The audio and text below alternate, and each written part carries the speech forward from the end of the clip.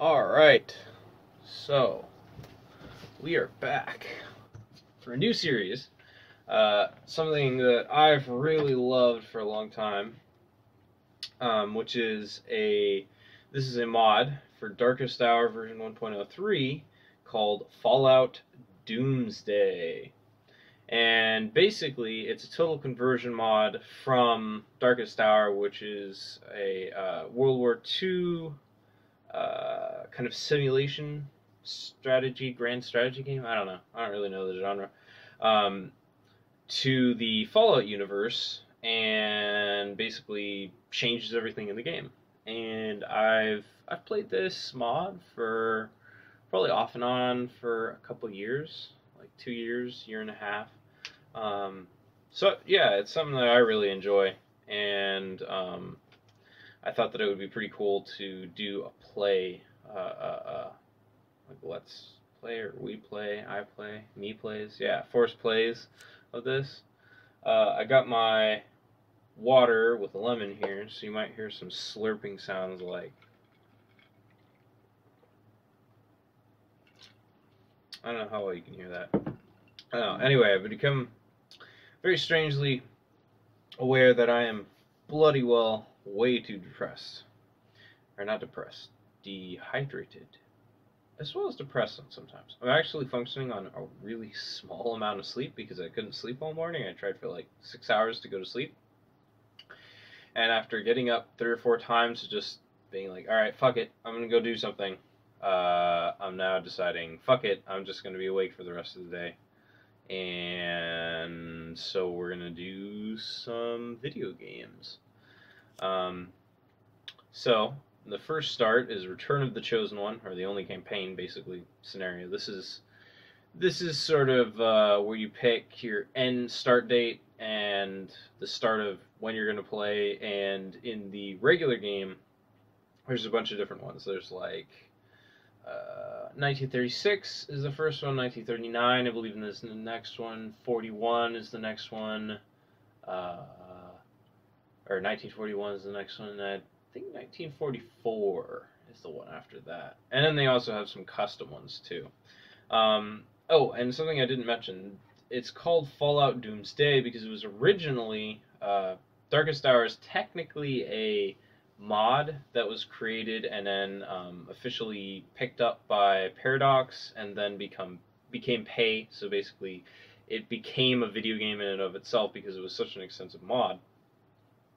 And it's called Fallout Doomsday because originally for Hearts of Iron 2, which is what Darkest Hour is based off of, there's an expansion pack called Doomsday. And so it was a total conversion of that expansion pack originally, and this is just it, I guess, imported into Darkest Hour.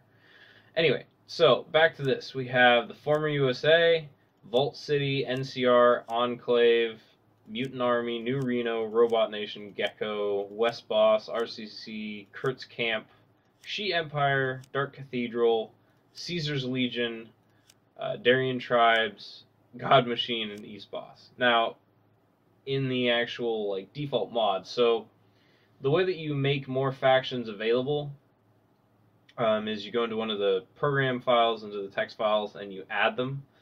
So in the default, when you basically default start up the game, you're only going to have former USA, Vault City, NCR, Enclave, Mutant Army. I don't even know if you have New Reno available, but I think New Reno, Robot Nation, Gecko, West Boss, and RCC. All of these aren't available. Kurt's Camp through East Boss. The She Empire in some of the previous patches used to be really fun to play and really hard to kill as other nations because they had some really good tech. But now, much less so. They're actually really hard to play as. I did a test campaign trying to play as them, really ridiculous. RCC always just gets kicked in the face. Enclave is really tricky. They have a lot of issues, supply issues. Mutant Army can be tricky too. The easiest ones are by far West Boss or NCR. those are the just hands down easiest campaigns to play. I've never actually tried Gecko. Gecko is really difficult from what I've seen with the way that the campaign progresses from playing other nations, and Vault City probably isn't that hard, but still definitely not as easy as NCR and West Boss. So I'm going to jump right into West Boss because they're really fun. I think, like, super easy to play early game and kind of have a snowball effect. Alright, so I'm going to read the description for them. The West Brotherhood of Steel is a secretive order founded just after the apocalypse by Captain Roger Maxson of the U.S. Army, after seeing with disgust the terrible secret experiments being ordered by the U.S. government in Mariposa military base. He led his soldiers in a mutiny. The war had finished all central authority anyway, so Roger Maxson led his soldiers and their families in the great exodus to Lost Hills, where they built a powerful bunker complex for their safety. He founded the Brotherhood of Steel there. They have a strong code of behavior, and their quest is to recover and preserve pre-war technology so that mankind might one day re-emerge from the post-apocalyptic Dark Age. They are secretive isolationists and operate from Lost Hills. This is kind of repetitive. They also have small bunker outposts scattered throughout the western wastelands, from which they launch expeditions to recover tech and sometimes recruit. Scroll down. There's a deep split in the Brotherhood these days. There are some who are advocating significant changes to their ways. You see, the Brotherhood has been in decline for decades now. Several costly wars depleted their ranks, and they hardly accept any outsiders as new recruits. The new rising nation-states have closed many bunkers to weaken them further. One rebel group got so fed up that they escaped eastwards and founded the Eastern Brotherhood of Steel. Only a fool would dismiss that Brotherhood, or the Brotherhood of Steel, though, for they still have their feared paladins, who are armored in power armor suits wielding plasma and laser weaponry. They start in the powerful and fortified province of Lost Hills, almost surrounded by the new California Republic. Can the descendants of Roger Maxson guide the order through these troubled times? And I'm going to go over the options. Difficulty, very easy. AI aggressiveness, furious. Game speed, extremely fast. You can toggle this in game. Share countries off, I really don't know what that does. Autosave monthly, because I don't think this game crashes, but sometimes some wacky shit can happen. Use counters. I believe that just influences how your units show up. Democracy can start war. I don't think there is a democracy, so that really doesn't matter. End date, use scenario end date. So instead, I could make sure that it goes for 28 years, but it's 2245 to 2275, I think. So that's longer than that anyway, so there's no real reason to change that. And full IC takeover. IC is industrial capacity, which essentially governs how much you can produce. So if you take over another country, you conquer them and annex them. If you don't have full IC takeover on, you'll end up getting a portion of their industrial capacity, which I think is ridiculous, because if a country conquers another country, they're obviously going to take all their valuable resources and make sure they're working right. And your industrial capacity is those valuable resources. Same with your mines and stuff like that. Tech team takeover. I just think it's more interesting to have tech team takeover. I mean, it's not necessarily realistic to be able to get every single tech team from another country. Damn, this is 8 minutes of me just talking on a fucking start screen. Jesus Christ. Well, I'm sorry that it's probably really damn boring. Full tech team takeover, I just think is cool, because then you get to have more tech teams and your nation isn't completely gimped. Anyway, let's start. Start. Sorry that took fucking 9 minutes, damn. Or around 9 minutes. So, start game scenario, this is just game hints, don't need that. Policies, this is kind of what governs how our country works. So every single time we declare war, we get 5.6 dissent. If we go this way, it's 4.4 dissent. Humanists, what does humanists do? I don't really know. It's kind of the governing ideology, I guess. And then you have freedom, private versus state, economy? Yeah, I think that's economy. Paid versus draft army, war aims versus peace aims, and intervention versus isolation. So would it be better to go with this first? Manpower growth. Or... Wait. What? Why are we getting 4.5? Or 5.5? War aims versus peace aims? This is the state slider.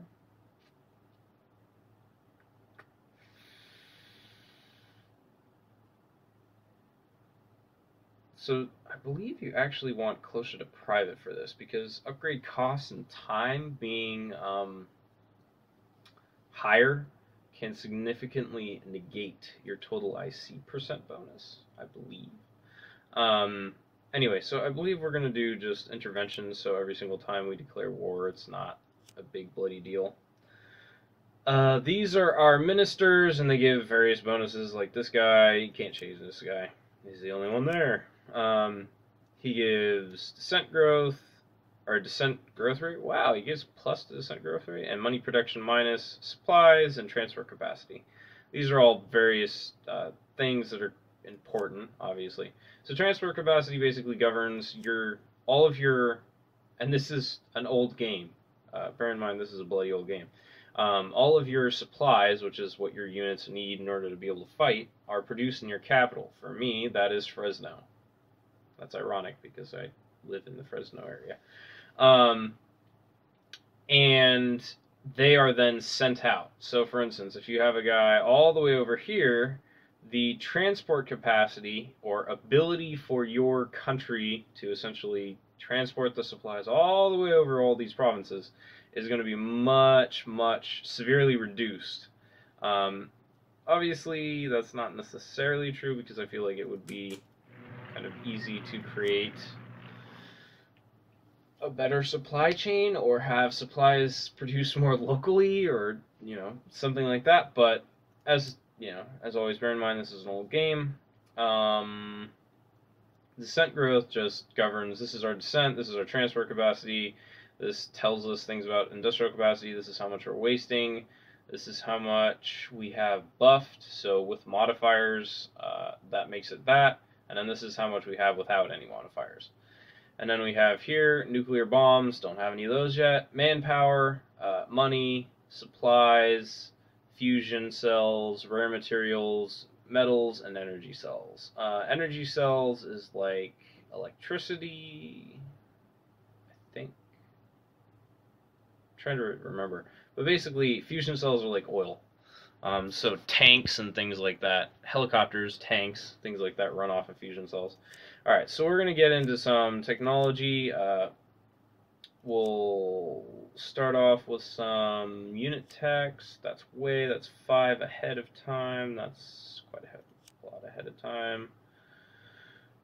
I don't know why that's disabled, but it is. So we're going to want animal husbandry. So we're trying to match up these traits with these. So this has 2 and this has 2.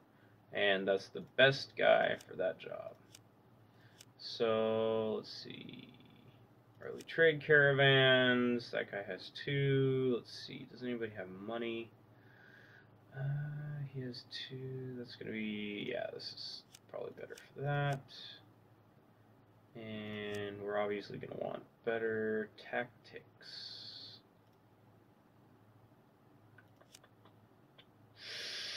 Or do we want better medicine? No, we're definitely going to want better tactics, right? Land doctrine. Stand and fight. This tactics kind of influence how your units function. So morale, so you have a measure of your unit's ability to fight. Organization is how organized they are, how well supplied and organized they are, essentially. So if your units are out of supply, their organization is slowly going to go down because they're not going to be able to fight. Morale is how fast their organization goes back. So basically, the higher morale you have, the faster your organization will refill after getting a bit depleted. This is important because every single time you move a unit somewhere or attack, your organization gets depleted. And then you have to wait for it to come back in order to engage in combat. So it's very, very, very important to keep your military techs up.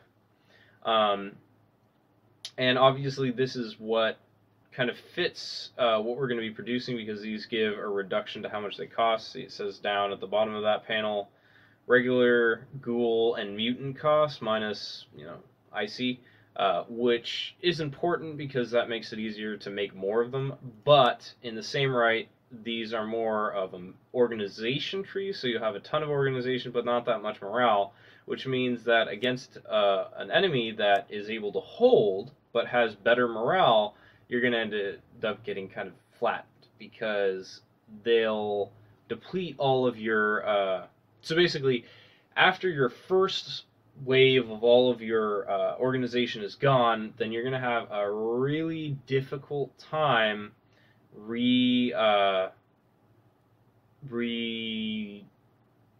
basically recouping your losses to attack them again, regenerating all that organization to attack them again, because it's going to go much slower than the other people if they're able to hold and exhaust your troops. Then they'll be able to attack and attack and attack and attack, and you can kind of get stuck in this sort of, I can't do shit because my units can't actually get back their fighting strength.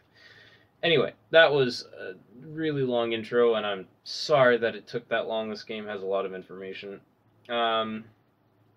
So, I just put this on AI control because fuck if I know what it does, and it doesn't really seem to influence the game. I'm not super damn good at the game. Diplomacy... Or do I want economy? Auto trade. Alright, cool. Auto trade is on. That means they'll automatically trade for resources I'm lacking in. So, on the start off to our kind of position, we have, these are our armies. I personally think that the model detail is just fantastic. That's the robot model. That's the power armor model. I think they look sexy and cool. And then that's just the regular unit army model. And that's the vertibird model. So these are all models from Fallout like 1 and 2. So that's, I don't know, I think it's cool. I never actually played those games, but I think they're really pretty.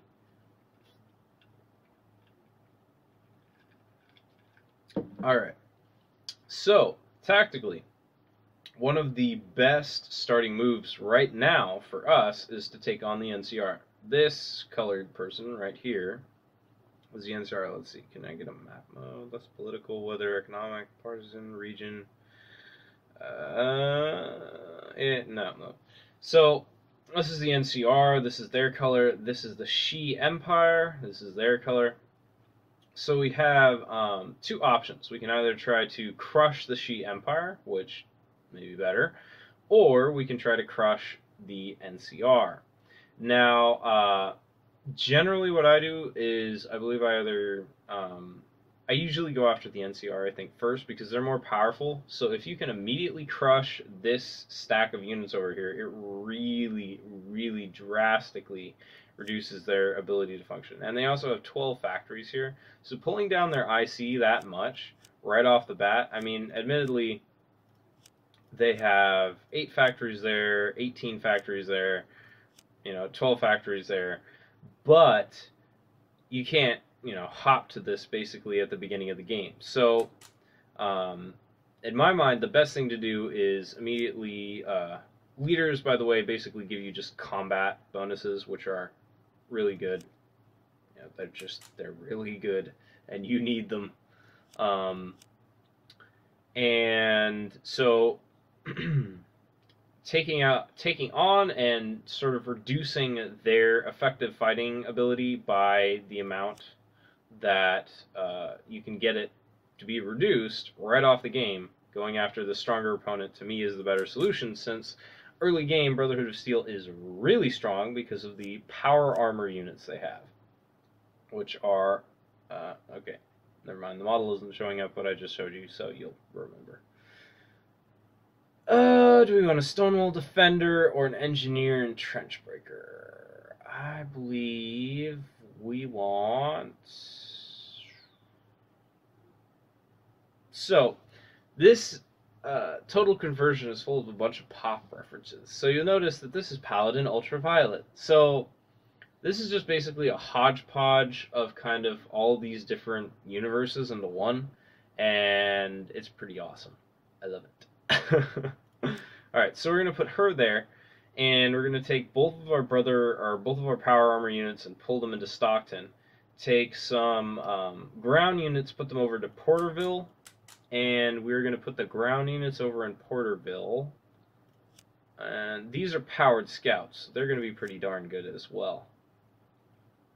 So we're going to want these guys, I believe, to be... Let's do an engineer and a trench breaker. And these are garrison units that we can move. Okay, and I believe we will be able to move these guys as our war starts. But anyway, so now we're going to go to our economy. We're going to basically just leave that to do whatever, because we can't really build anything at this point. And we are going to declare war on the NCR. And this is going to increase our descent by 4.4%. So we've declared war, and we're going to, I guess we'll take, deselect these guys, and Paladin Sword, you're going to go over there, and these guys will go over there. And let's see, let's pull down, shoot, how do I pull down the speed? Right click up here. So let's turn it down to about fast. So now we're gonna, start kicking into the NCR. So our units are now ready to fight, which means we can take these units and move them, which means we can just basically gain a little bit of a better advantage. I'm going to take the steel sentries, and I think we're going to put these guys with a expert scavenger and a stonewall defender. We're going to take these guys, which are just regulars, by the way, and the engineer. Oh, I haven't talked about these traits. So engineer helps you get across rivers.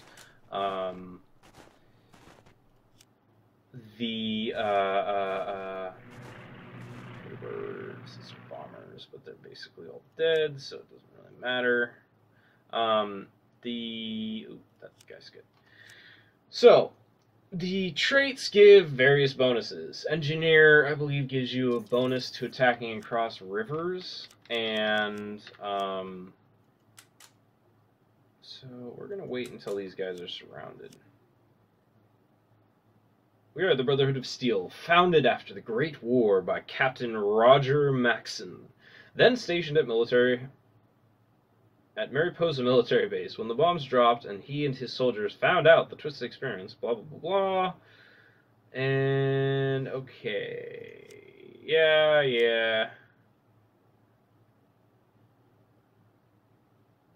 Shit, I probably should have read that. I don't really feel like it. I'm going to leave it up for long enough to read it, and there we go. So, traits like Relentless Attacker,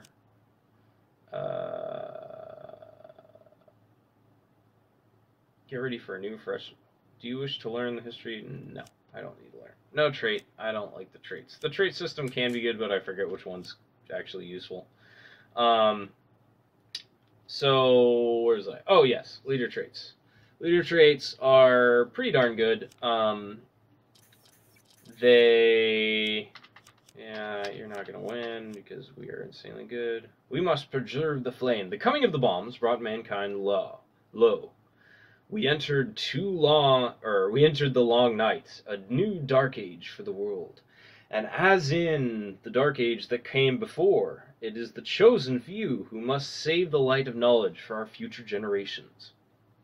That sacred quest has fallen to us, the Brotherhood of Steel, we who scour the wastelands, hunting for those scraps of knowledge and technology left behind after the war, lest they should perish utterly from the world. We are warriors, because we must be in this harsh world, but we are also scholars, who seek to preserve knowledge and science. Our underground libraries hold much knowledge that many already consider lost. We must always strive to preserve such knowledge, lest the darkness fully take the world, and this new dark age last for too long. Mankind will rise again. The dawn will come one day. We shall bring that day ever closer. So, that doesn't really do anything, but that's just, you know, a cool text effect. It's setting, man! Flavor text! Or flavor.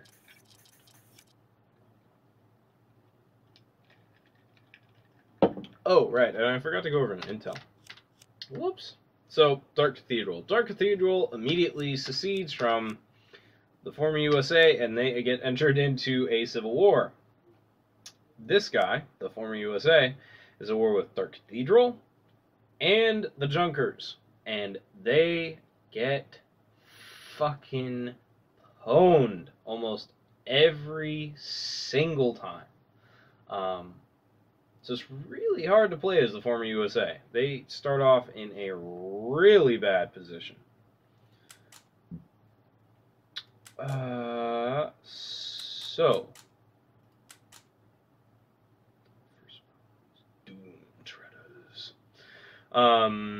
oh, so this has to do with how much intel you have regarding the enemy forces. So see, it says a 3 question mark and then kind of has a couple of different flags overlaid over each other. So the 3 question mark essentially relates to, we think there are around 3 divisions there. And, you know, there's a single division here. So we think there's around 3 divisions, and as we can see, there are 2 armies. So it could be 16 question mark or 24 question mark, and have 1 flag. Or, well, if it's 16, 1 flag. Yeah, it could have 1 flag. However, if you're, most of the times the AI doesn't like merge up all of its troops. Like this is 5 question marks, so there are probably about 9 divisions here, and you can see 3 flags. So they usually don't merge them up into one big force. You can merge armies together. So for instance, I could merge these 2 units together, but they're better because I have so few units as simply separate, you know, separate divisions, so I can actually have better battlefield control, and because they're basically as powerful as 2 to 3 of the regulars in their current form. And so yeah, that's intel level. So these guys, we have terrible intel level there, so they're like, they're really hard to kill. There are like 20 divisions there. Something like absurd. Military technocracy. Technocracy. My general, forged in the flames of war, tempered in the nuclear wastelands, and tested by indefatigable enemies. Our nation has stood these tests. We are ruled by our military and scientists. We may be strict, but we're just. We protect the innocents and stand against oppression. We are the light of the world. We focus on rebuilding to a brighter future, and we have expended enormous effort to understand the pre-war to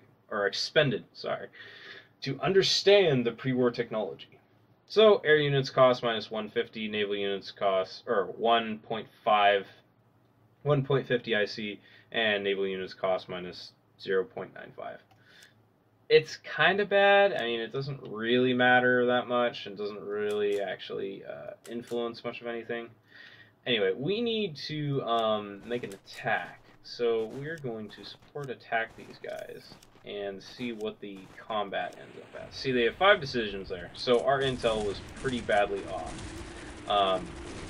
Mountains reduce successful, you know, combat units, or the success, essentially. So if you look, if you mouse over, you can see, where's Attacking effectiveness is 70%, defense effectiveness 70%. Whereas the enemy has attack effectiveness 245% and defense effectiveness 245%, which is quite a lot. Anyway, yeah, that sound is kind of annoying after a while. So we're gonna stop, and yeah, we're not gonna get in there yet.